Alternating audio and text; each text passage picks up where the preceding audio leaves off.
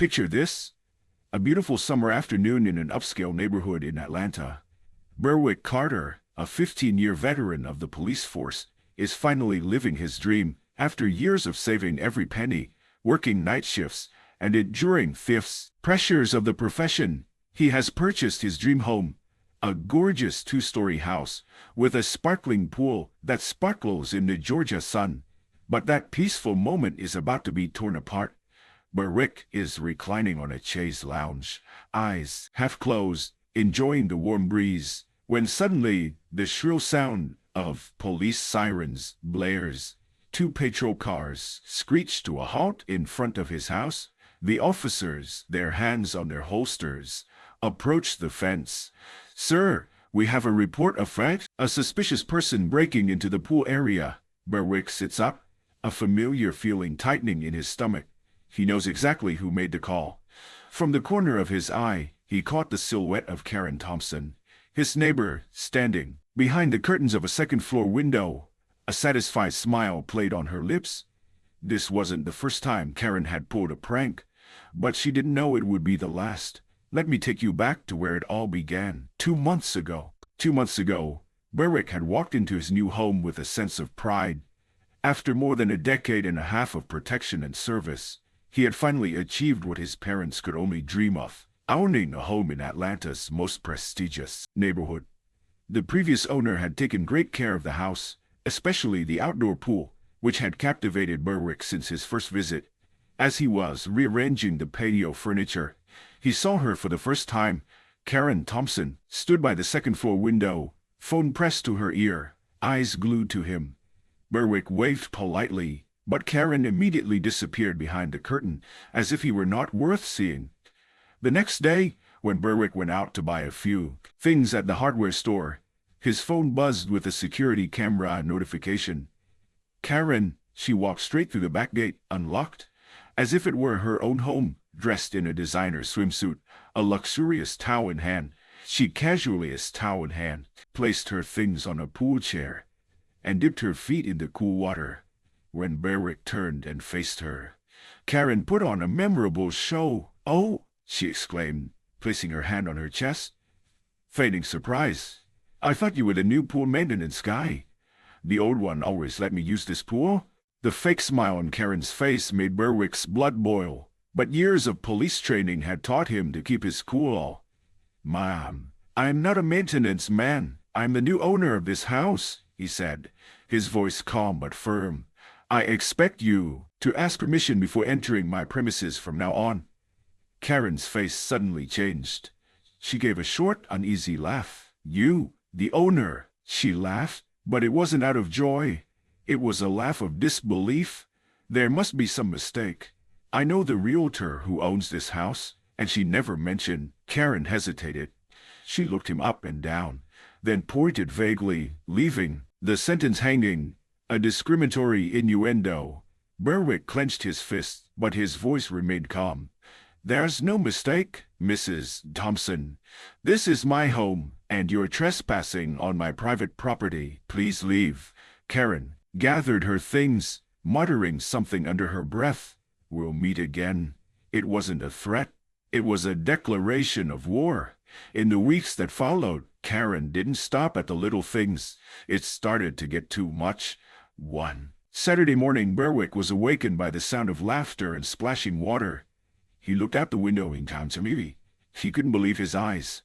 Karen had brought 4 of her friends to his house, a pool party in his backyard. This was going too far. Berwick put on his slippers and opened the door. His voice was as sharp as a knife. "You get out of my house." Immediately, Berwick stepped onto the porch, his voice low but firm. "This is private property." "Oh, don't be so upset." Karen waved her hand, seemingly unconcerned. "We're just having a little fun. Besides, this pool is hardly used." Her friends exchanged confused glances, shifting in their designer swimsuits. Karen said she had permission. One woman whispered hastily, gathering her things. Berwick kept his cool, remembering his de-escalation training. "Mrs. Dorr, final warning. Next time you trespass, I'll call the police. Go ahead." Karen smirked as she was last to leave. I know everyone in the department. My husband plays golf with Captain Richards. That afternoon, Berwick installed a security camera system. He had learned one thing over his years in the business: document everything. Within days, Karen was caught on camera, trying to open his gate, peeking through his windows, and even trying to break in with an old key from the previous homeowner. Berwick returned from the grocery store and was stunned to find 8 women drinking wine, laughing, and lounging by the pool. This time, he called the police immediately. Officers Davis and Martinez, his former colleagues, were quick to arrive. "Berwick, long time no see," Davis said, but immediately recognized the situation. "Oh, this again." Karen immediately went into victim mode. "Oh, I'm glad you guys came. This man is harassing us. The previous owner always let us use the pool, and he's been so rude." Officer Martinez interrupted, his voice firm. "Ma'am, Mr. Carter was one of our best officers. If he says you're trespassing, then you are trespassing. Please leave now, before we have to make a formal report." Their faces red with shame. But Karen was not about to give up easily. As she left, she leaned closer to Berwick, lowering her voice and hissing, "This isn't over. You don't belong here, and I'm going to make sure everyone knows it." From that day on, Karen switched to a different tactic, more subtle, more dirty. Suddenly, anonymous posts began appearing on the neighborhood Facebook group, expressing concerns about suspicious activity at his address. Paper kept disappearing. Anonymous complaints about an improperly maintained lawn kept pouring into the even though his yard was always neat and tidy. But Berwick was no novice. His 15 years as a cop had taught him one important thing: to always collect evidence.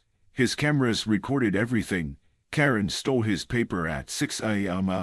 She took pictures of his house at odd hours. She even sprinkled pesticide on his beloved rose bushes in the middle of the night.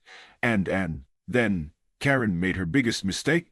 At the monthly meeting, she played her strongest card. "I'm really concerned about the property values in this neighborhood," Karen said, glancing meaningfully at Berwick.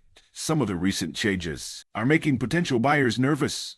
The conference room fell silent. Berwick slowly stood up, his phone clutched in his hand. "It's interesting that you mentioned property values, Mrs. Thompson," he said, his voice cold. Would you like to explain this video?" He pressed play. The big screen showed Karen, in the middle of the night, stealing pesticide onto his flower bed. It was exactly 11:47 p.m. No one said anything. Karen paled, but immediately tried to defend herself. I was just checking for suspicious people. There's been vandalism in the neighborhood lately." Berwick looked her straight in the eye, nodding slowly. "Yeah, now we all know who it is." That evening, when Berwick went out into the backyard, he found his pool in ruins. Soap suds floated on the surface. Someone had filled it with dish soap. The filtration system would take days to process the mess. As Berwick watched the foam drift across the once clear pool, he lost his anger. He just smiled because a plan had just occurred to him. If Karen wanted to play this game, then he would give her a game she would never forget. It was time to give Karen exactly what she wanted. But with a little surprise, Berwick recalled a conversation with a former colleague about a case involving a non-toxic temporary dye used in pool maintenance.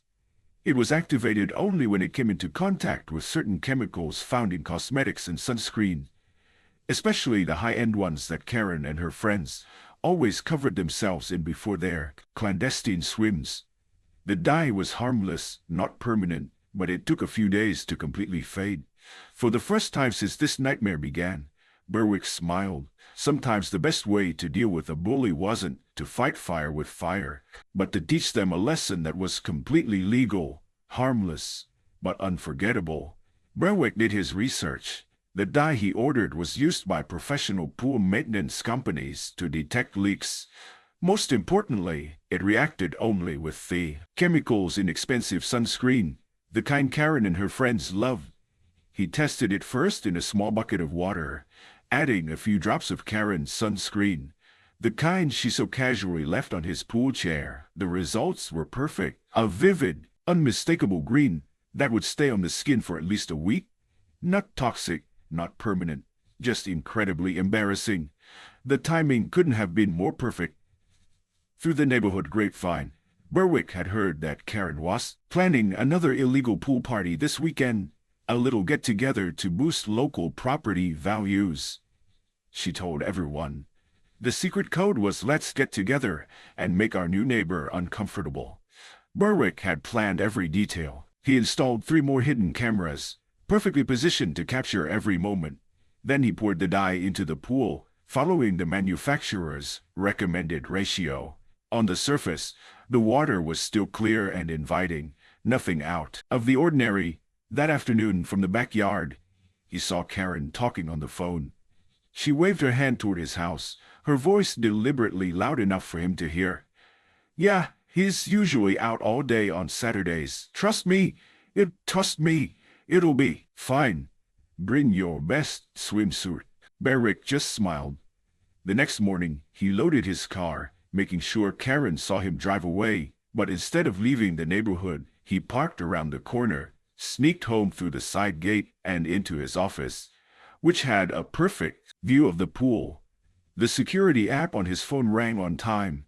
Karen was checking the back gate, but this time, Berwick didn't get mad. He just sat down, opened his phone to take notes, and waited for karma to strike. At exactly 2 p.m., Karen showed up. It was a proud entrance. She walked in as if this were her own home, followed by 6 friends, each carrying designer handbags, wearing expensive bikinis, and looking like they were entering a private resort. They set up with professional proficiency, champagne, gourmet snacks, Bluetooth speakers, playing soft jazz. "Welcome to our weekend paradise." Karen raised her glass. "Okay, if the host doesn't know." The women giggled. The excitement of a private pool party on a hot summer afternoon quickly dissipated. Each applied sunscreen, exactly the brands Berwick had tested. Karen was the first to jump into the pool, making an elegant splash. "Perfect water," she exclaimed. The others quickly followed, completely unaware. The chemical reaction began to take effect, slowly but surely. It all started with Susan, one of Karen's friends. "Karen, there's something strange about your skin." The woman stared at her arm in horror. In the bright sunlight, a deep green tint spread across her skin. Karen looked down at her hand and let out a shrill scream that would have woken the dead. "What's going on?" Her pale skin was turning a brilliant green, like a chameleon that had wandered into a St. Patrick's Day celebration. Panic broke out. The women screamed, panicked, rushed out of the pool, grabbed their belongings. Their expensive makeup began to run down their faces in green streaks.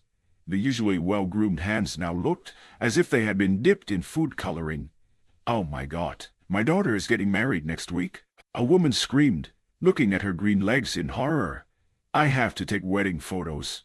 Karen stood there, wet, angry, and green as a banana leaf. Her face was twisted with rage. This was done on purpose," she stammered, looking for the culprit. And then she saw it, one of the security cameras. Tiny red lights flashed happily. The scene of the run that followed would have broken an Olympic record. 6 pale-skinned women, wearing designer bikinis, ran for their lives through the neighborhood. Water dripped down the sidewalk, leaving a path of shameful green. And then the video went viral. Berwick edited it perfectly. The video began with Karen's repeated home invasions over the past weeks, followed by the dramatic scene of the pool party, all set to soft jazz. The same music that played that night. Within hours, millions of views had been recorded across multiple platforms. Local news stations began reporting the story. Karen invades private home, gets lesson in green versus jealousy. The headlines blared across the front page. Security cameras showed Karen sneaking into other people's homes, destroying property, and eventually becoming an emerald mermaid. The comments section exploded. People shared their own Karen stories, sending the video spreading faster than wildfire. Karen's career began to crumble. The real estate company she worked for couldn't ignore the media storm. Their Facebook page was flooded with blue smiley faces. Potential customers began asking, "Can you trust a real estate agent who trespasses on other people's homes?" By Monday, the company was forced to issue an official statement. "We respect the rights of private property. The behavior in the video does not represent our values." The neighborhood WhatsApp group was more active than ever. Previously, silent residents were speaking out. "She did the same thing to the Johnsons last year. Remember when she called the cops on those kids selling lemonade?" Someone finally taught her a lesson. The dam of silence had broken.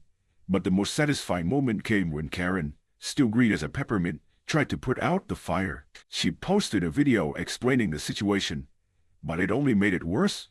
I'm just trying to maintain community standards," she insisted. But with her face glowing blue under the lights, she looked like an angry, wicked witch of the West.